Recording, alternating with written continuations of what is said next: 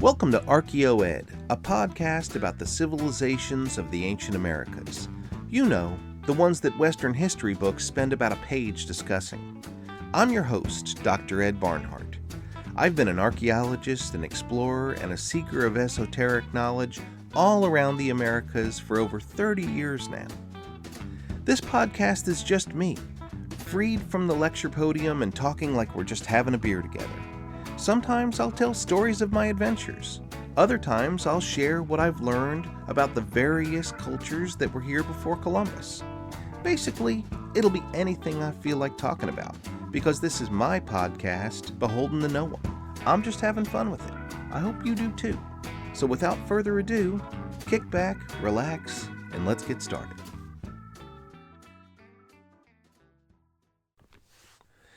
Season 3, Episode 6, The Olmecs.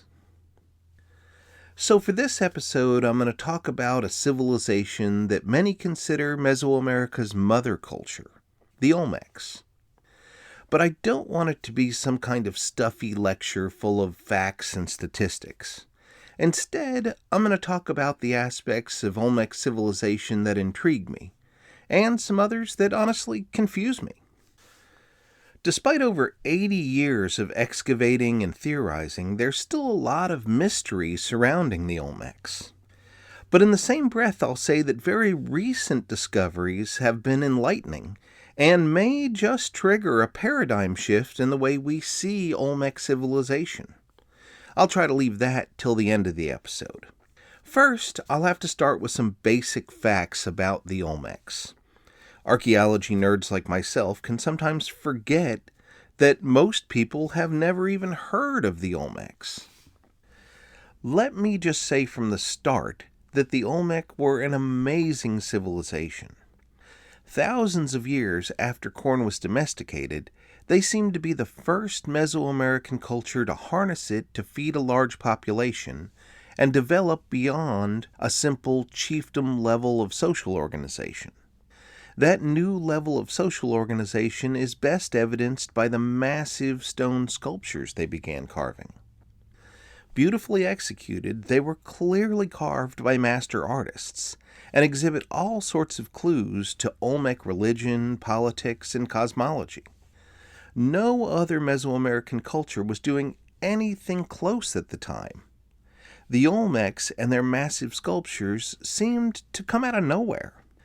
And they did so in a seemingly very difficult place to live, the hot, humid swamps of the Isthmus of Tuantepec. For those not so familiar with Mexico's geography, the Isthmus of Tuantepec is that skinny part of Mexico in between northern Mexico and the Yucatan. Its northern part, inland but along the coast of the Gulf of Mexico, is considered the Olmec cultural heartland. Within that zone are at least 4 major Olmec cities and dozens of smaller subsidiary villages. For decades, the extremely old age of the Olmec sites had everyone calling them Mesoamerica's mother culture. And in some regards, they still are. But more and more archaeologists are finding equally old sites well outside the Olmec heartland. These days, many of us, myself included, see the Olmec as more of a major player in a complex network of various civilizations interacting and influencing each other. I'll circle back to those contemporary cultures in a bit, but for now, let's stay in the Olmec heartland. So, just how old are the Olmecs? I'm not sure we've finished investigating that question, but for now, the generally accepted start date is around 1450 BCE. The first big Olmec center is San Lorenzo, built on a long ridge above tributaries of the Coatzacoalcos River. The floodplains of the river were perfect for intensive agriculture, and the ridge kept the community high and dry. Settlement at San Lorenzo actually started earlier, around 1750 BCE, but archaeologists consider those early times to be pre-Olmec. As usual in archaeology, the distinction is really about their detectable behavior. There was a community of farmers there at 1750, but it wasn't until about 1450 that they started creating stone monuments and substantial architecture. And this is one of the mysterious things about the Olmecs. They didn't start with humble structures and little stone carvings. San Lorenzo went straight to multi-ton sculptures and kilometers of terracing around the city ridge. They also flattened out 140 acres of their ridgetop, opening up a long linear platform where they arranged the stone monuments in what might be elite housing. The structures were mostly made of packed earth, but the monuments were all made of basalt that came from the side of a volcano over 80 kilometers away. The way they hauled those basalt monuments to the site is perhaps the largest Olmec mystery that's still completely unsolved. Not all of the 100-plus monuments at the site were huge, but the colossal heads and the altars sure were. Of the 10 heads found at San Lorenzo, the smallest is 6 tons, and the largest is 28 tons and over 3 meters in diameter. Scholars still debate how they managed to move them 80 kilometers through swamps to the city's ridgetop. Most textbooks say that they floated them upriver on massive rafts, but we've all quietly known that that's wrong. They're just too heavy for that. A few years back, I had the good fortune of traveling with a nautical engineer named Michael. He was intrigued by this Olmec raft theory, but unlike my colleagues and I, he had the skills to actually evaluate it mathematically. A few weeks after our trip, he sent me this amazing Excel chart with embedded formulas. You could enter the weight of your Olmec head and the size of the balsa wood raft you were using to transport it.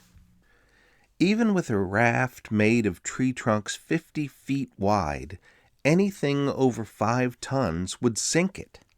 We've all kinda always known that the raft idea wouldn't work, but Michael's Excel chart calculator proved it to me. He actually went even further to theorize what might work. He suggested instead of a raft, lashing logs to the heads vertically. It's a lot harder to push a log into a body of water vertically. That's a basic principle of Archimedes' law of buoyancy. To be honest, this podcast reminds me to check in with Michael to see if he's made a new Excel chart to test that theory. We never really got past trying to name it for fun. He wanted to call it Olmec surfing, and I suggested Colossal Head Bobber. Anyhow, Michael's smart investigation only supported the mystery. How did they move them? Overland transport remains the only possibility, and even that seems impossible in swampy marshes. And also, San Lorenzo was not the only Olmec community importing basalt. Smaller places all along the Coatzacoalcos River and its tributaries were also growing and producing monuments, though strangely only San Lorenzo had colossal heads at first. Did that mark it as the regional capital where the Olmec rulers lived? Well, that's the theory. For reasons still not understood, San Lorenzo's population sharply declined around 1000 BCE. And just as it declined, another major city, some 100 kilometers to the northeast, emerged. That was called La Venta. La Venta clearly fashioned itself in the image of San Lorenzo. A linear platform flanked with large buildings and covered with massive basalt monuments. Instead of San Lorenzo's 10 heads, La Venta had only 4, 1 in the center and 3 on the north end, seemingly the greeters as people entered La Venta's ceremonial complex. But La Venta had one major feature that San Lorenzo didn't: a pyramid. And even more importantly, this was the first pyramid ever built in Mesoamerica. It was built not of stone, but packed earth. That made it erode terribly over the centuries, which makes it hard to exactly date. But conservatively, we can say it was somewhere within the city's lifespan, which was 1000 to 400 BCE. Given its central location on La Venta's platform, probably early, 800 BCE is the common estimate. And just FYI, 800 BCE makes it the first pyramid in Mesoamerica, but not the entire Americas.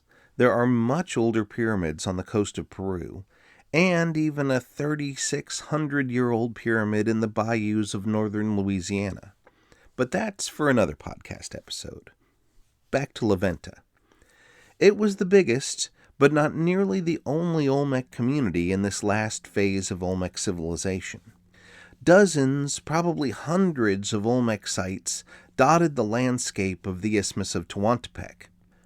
One of them close to the Tuxtla Mountains, which is where the basalt was coming from, was the only other Olmec site with stone heads. It was called Tres Zapotes. Virtually all of those late Olmec sites, though, were abandoned by 400 BCE, effectively ending Olmec civilization. And this is a place where I may be able to clear up a confusion that many people have. You might be asking, what about Olmec hieroglyphic writing and calendar systems? The fact is that besides a few isolated glyphs on a monument in La Venta and a greenstone fragment from a little site called San Andreas, there's no such thing as Olmec writing.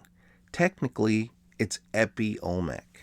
Right or wrong, archaeology defines the culture in the Olmec heartland after 400 BCE as Epi-Olmec. In large part, that distinction is about the emergence of writing. The earliest Epi-Olmec text with a date comes from Stela C at Tres Zapotes, which might seem weird because I just said Olmec heads were found at the same site. As archaeology eventually discovered, Tres Zapotes had an Olmec phase, then an abandonment, then a rehabilitation during Epi-Olmec times. Tres Zapotes Stela C has a date carved into it which correlates to 32 BC, hundreds of years after the fall of La Venta. And actually, that's not Mesoamerica's earliest inscribed date. That honor goes to Chiapa de Corzo, a half-Maya, half-Epi-Olmec site in Chiapas. The date there is 36 BCE, just 4 years earlier than Tres Zapotes Stela C, but enough to further confuse the picture. Who exactly invented writing in Mesoamerica? The vote's still out. And with what I estimate as less than 1% of ancient Mesoamerica actually excavated, the question will not be definitively answered for some time to come. Maybe it will be the Olmecs, but in my mind they're currently in 4th place behind the Maya, the Zapotecs, and the Epi-Olmecs. Okay, that's good for part 1. When I return from the commercial break, we'll start talking about what we can learn from Olmec monuments. Listeners of this podcast are probably most familiar with the Mayan population during their monumental building eras. Of course, the Mayan people are still with us. Many of them live in isolated locations in the interior of Guatemala. Separated by economic and linguistic factors, they have little access to medical and surgical resources. Smiles for Guatemala consists of medical volunteers from Children's Hospital of Philadelphia, assisted by non-medical volunteers, primarily Rotarians, from the Philadelphia region. The team travels to Guatemala on a regular basis to perform free, life-changing surgeries for facial and hand anomalies. For information on how you can contribute to future missions, please go to smilesforguatemala.org. This message is sponsored by a friend of Smiles for Guatemala.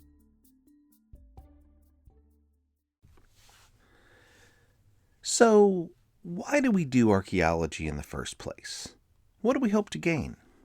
I would argue that it's primarily to understand people from the past. Who were they? What did they value? How did they live, and how did they treat each other? That can be tricky to do, especially with just artifacts that didn't dissolve centuries ago.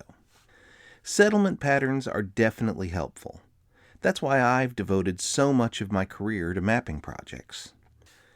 But no single source has more to potentially offer than the art a civilization leaves behind. So with that in mind, let's talk about Olmec monuments and sculptures. And we'll start with what they're most famous for, the Colossal Heads. First thing to clarify, there really aren't many of them.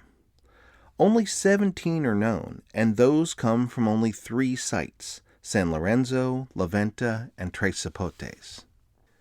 There's just one more outside of the Olmec heartland, a smaller one from the Maya site of Tacalica in the Guatemalan highlands. No other colossal heads were made in Mesoamerica, ever. That in and of itself is important to know. Whatever they were unique to the Olmecs. Though the faces on each are distinctly different, the heads share a set of traits. First, they're all made out of basalt, quarried from the same place, the southern slope of the Tuxtla Mountains. That means that both San Lorenzo and La Venta had to haul them 70 to 80 kilometers, an unfathomably difficult task without modern machinery. Even Tres Zapotes, which was closer to the quarry, had to move them many kilometers. The effort alone denotes their importance to the Olmecs. Another common element is the helmets. Each Olmec head wears a helmet, or maybe it's a headdress of authority. That's hard to say. Though some are partially eroded, we can definitely see that each helmet is unique. Each has its own iconography. One has tassels and braids, another has jade beads, another has jaguar claws, etc. In subsequent Mesoamerican cultures, unique iconographic elements in a headdress or other vestments indicate that person's name, and named people are invariably elite and important. Applying that logic to the Olmec heads, the consensus belief is that they're representing Olmec kings.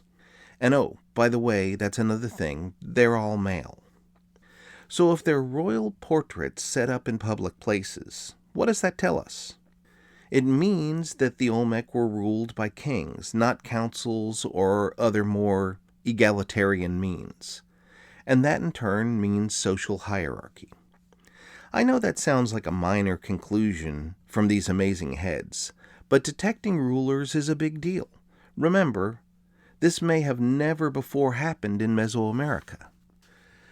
Another odd feature of the heads is that a number of them have really flat back sides. Early theories suggested that that was evidence of them being dragged long distances, but that really didn't make sense. Then Kent Riley suggested that the heads were actually recycled stone, carved from the giant altars also found at Olmec sites. He suggested that those rectangular altars were in fact benches for Olmec rulers in life, and that they were converted to portraits of them after death. Is that really what happened? It's hard to prove, but everybody loves Riley's theory, so it's mentioned in all the Olmec textbooks. As I've always said, in archaeology, the best story wins. And congrats to Kent Riley as the winner. I love that theory, and I'm running with it until disproven. Now, I don't want to feed the monster, but I should take a moment to address erroneous theories about the facial characteristics of the Olmec heads. Some people look at their wide noses and thick lips and say, hey, those faces look African. Someone even once wrote a sci-fi novel imagining that NFL football players time-traveled to the Olmec times, complete with their helmets on. That's, of course, fiction, and so is the notion that Olmecs were from Africa. Those kinds of noses and lips can actually be seen in the faces of modern inhabitants of the same area, and they are of confirmed Native American descent, not African. For years, that statement was hampered by the lack of Olmec skeletons found. Thanks to the acidic soils of the region, most of them had all dissolved. But a 2018 study of 2 skeletons luckily found around San Lorenzo has finally closed the book, or at least I hope. The mitochondrial DNA of both is haplogroup A, only found in Native Americans and a bit of Upper Siberia. African mitochondrial DNA is haplogroup L, and none was detected in the Olmec skeletons nor the modern populations. So definitely no, those heads don't have African faces. Now let's change gears and talk about another important thing we see in Olmec art: were-jaguars. Yes, like werewolves, just jaguars, people who can turn into jaguars. It's actually pretty prevalent in Olmec art. We see humans with jaguar faces and sometimes other body parts like claws or tails. It's carved into the sides of big altars, on pottery, and on figurines carved in jade and obsidian. We know this kind of imagery from cultures all over the Americas. It's the shamanic ability to transform into fierce animals. So for the Olmec, it's a window into their religious beliefs. They believed in the power of shamanism to transform, and with it, the belief in the other world. Contact with that other world is where the power comes from. We also see another important thing: babies transforming into jaguars. The famous Lord of Las Limas statue is probably the best example. A man holds a swaddled infant with a jaguar face. What does that tell us? That shamanic power is inherited, not learned. Surely the infant couldn't have been taught how to transform. And if power is inherited, it's a good guess that the Olmec had hereditary rulership. Okay, just two other things I want to bring up before I run out of time in this second segment of the episode: bald guys and warfare. First, warfare. I welcome anyone to prove me wrong, but I see absolutely no evidence of warfare in Olmec art. No weapons, no fight scenes, no captives, really no signs of violence at all. There's an image of a guy being eaten by a jaguar, which is pretty violent, but that's not warfare either. Obsidian blades, spearheads, and axes have been found, but those could just be tools. Now, I think imagining a human society with no violence is a pipe dream, so almost certainly the Olmec did fight. But its complete absence from Olmec art says something. It says that the Olmec did not revere or value warfare. All the later Mesoamerican cultures sure did. Maya, Zapotecs, Aztecs. Their monuments are full of elites holding weapons and humbling captives. It's neat and kind of mysterious that the Olmec didn't. Okay, the other thing was bald guys. Looking at the corpus of Olmec art, and I've been looking at it for decades, I can't find a single male figure with hair on his head. Not one. Male babies too, all totally bald. That fact is made even more clear by the very few Olmec depictions of women. They do have hair. Again, I challenge you. Someone show me an Olmec man with hair.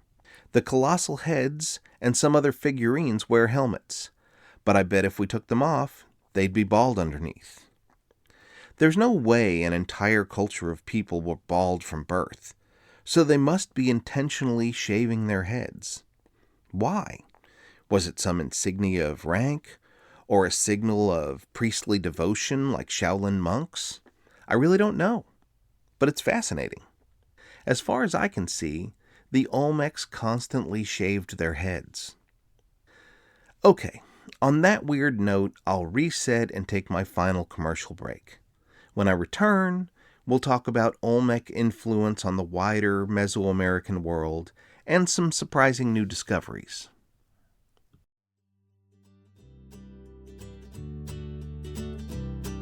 This break is where commercials should go, but until I find people who'd like to buy the time, I'll just promote what I'm doing. If you like the cultures and places I'm talking about in this podcast, you should consider traveling with my colleagues and I.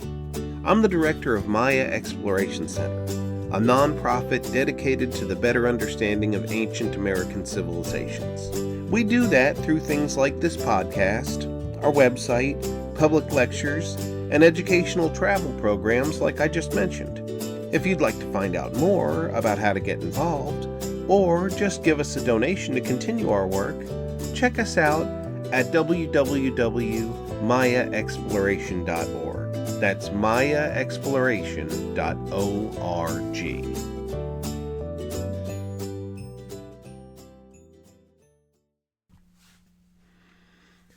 Okay, so up until now, I've been talking only about things that occurred within the Olmec heartland. But another amazing aspect of Olmec civilization is just how far-reaching their trade network was. Olmec caches and tombs are full of artifacts that we call exotics, basically materials and objects that clearly came from afar. Materials like jade, obsidian, and pyrite were not available in the Olmec lowlands, but they're abundant at Olmec sites. A few pieces made out of rare green apple jade are thought to have come from as far away as Costa Rica. Olmec jade mostly came from the Maya highlands in Guatemala. Pyrite came from central Oaxaca, and obsidian came in large part from central Mexico. The traditional view is that the Olmecs reached out to those places for materials, and in doing so inspired them to develop their own urban centers. But nowadays, most archaeologists see it as a complex system of cross-influences, with cultures like the Maya and Zapotecs teaching the Olmec new tricks as well. Shared iconography is now being seen as an exchange of ideas, rather than the Olmec schooling everyone they met. And if I could back up for a second, there was a time when we didn't know how old the Olmec really were. The first Olmec head was found at Tres Zapotes in the mid-1800s, but formal excavations in the Olmec area didn't start until the 1930s. At that time, Mesoamerican archaeology was really focused on the Maya. Proud Mayanists like J. Eric Thompson and Sylvanus Morley were sure that the Maya were the oldest civilization. By the 1940s, battle lines had been drawn. Arguing for the great antiquity of the Olmecs were American archaeologists George Vaillant and Matthew Sterling, Mexican archaeologist Alfonso Caso, and the famous Mexican artist Miguel Covarrubias. On Team Maya were J. Eric Thompson and his tribe. Thompson pretty much ruled the field in those days. You could either agree with Thompson or be publicly ridiculed by him. Those were your options. I especially liked Covarrubias' contributions to the debate. His perspective was from art history, and the arguments he made for Mesoamerican iconography evolving from early Olmec forms still hold true today. Thompson, who was losing ground from the beginning, was actually arguing that the Olmecs were post-classic. But when carbon-14 dating techniques were developed in the 1950s, that was the end. The Olmec were confirmed as Mesoamerica's oldest civilization.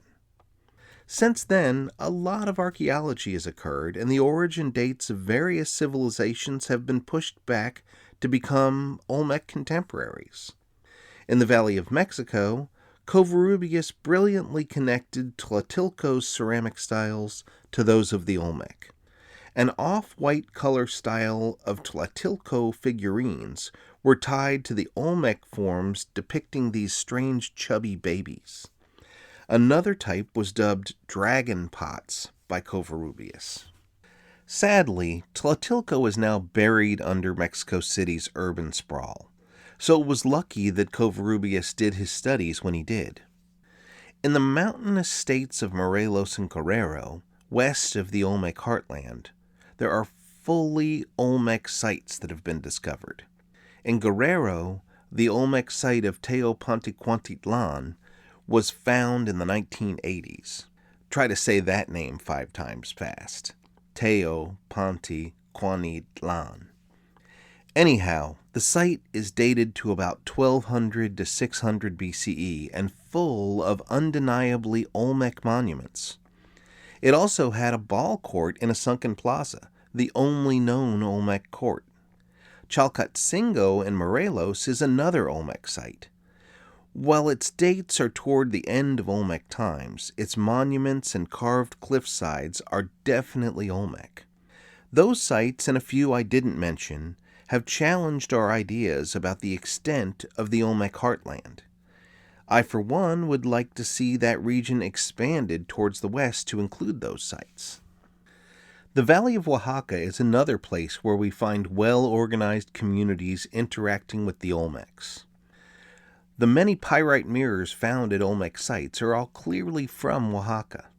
The northern Oaxaca Valley sites of San Jose Mogote and Etla Tongo are both Olmec contemporaries, but they have very different architecture. While the Olmec were still using packed earth, these people, perhaps Proto-Zapotecs, were building massive platforms in stone. They also had ball courts predating the one in Teopantihuatnitlan. San Jose Mogote also has Mesoamerica's earliest calendar glyph. It says 1 earthquake. And in a San Jose Mogote tomb, an 18-inch tall, solid jade statue of an Olmec man was found. Its slanted eyes and downturned lips make that Olmec identification very secure. And by the way, he's also bald. A massive jade Olmec statue at San Jose Mogote? Just who's paying tribute to who?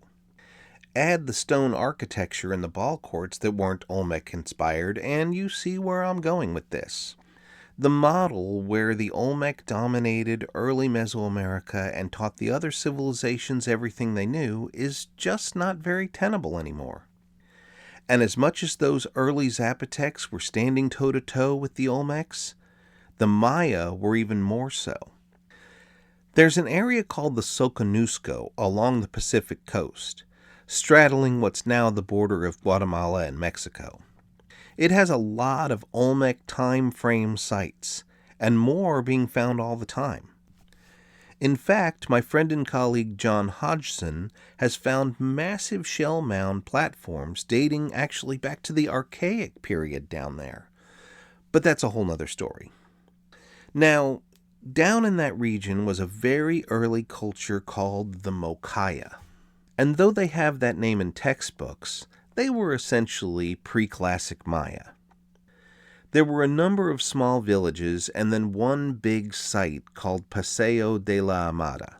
As it turns out, they had earthen platform mounds, intensive agriculture, and a sizable population before ever making contact with the Olmec. Early Paseo de la Amada also had Mesoamerica's earliest ball court, even earlier than the ones in Oaxaca. And the very first ceramics in Mesoamerica come from the Soconusco. General consensus is that they learned pottery from visitors from South America, not the Olmec. And if it was the Mokaya who taught the Olmec pottery, not vice versa, then the mother culture theory starts really coming apart at the seams. That being said, once the Olmec started influencing the Soconusco, it changed pretty radically. Starting around 1150 BCE, the Soconusco starts carving monuments with Olmec iconography and building long platforms like the one at San Lorenzo. And that pattern spread over the next centuries into the mountains. La Venta was likely the influencer by then, but even after it fell in 500 BCE, the Maya sites of Chiapa de Corzo and Tacalica continued to use Olmec iconography. Hints of Olmec influence are also seen in the lowest levels of the lowland Classic period Maya cities. Copan has burials with Olmec objects dating to 1000 BCE. Recent excavations deep underneath Ceibal found the same thing. Palenque, the Maya city closest to the Olmec heartland, has a text naming a ruler from the 900s BCE. Was that an Olmec ruler? As far as we know, Palenque didn't exist then. Clearly, there's still a lot we don't know about the interactions between the Olmecs and the Maya. But okay, to wrap up this episode, I'll say a word about the recent exciting developments in Olmec archaeology. A few years back, archaeologist Takeshi Inomata found a massive linear platform in eastern Tabasco, about 200 kilometers east of the known Olmec heartland. He called the site Aguada Phoenix. When I say it was massive, I mean massive. It was 1,400 meters long, 400 meters wide, and 15 meters tall all along its length.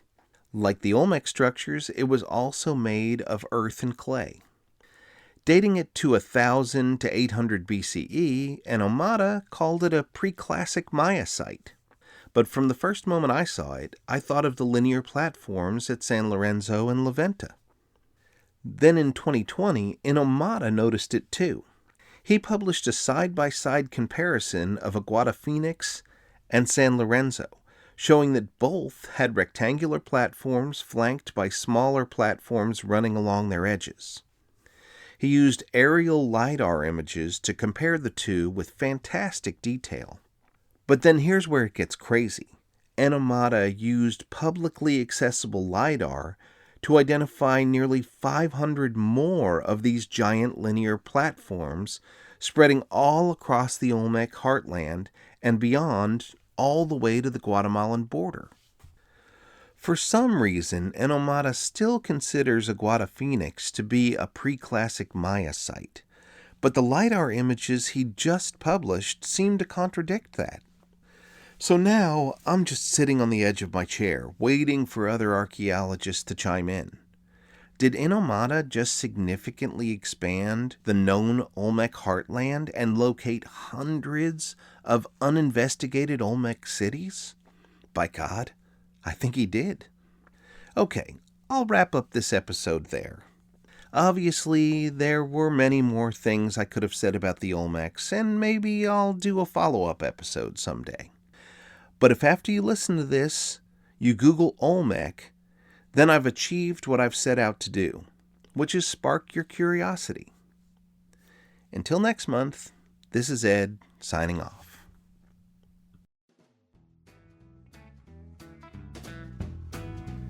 You've been listening to ArchaeoEd, a podcast written, produced, and distributed by me, Ed Barnhart.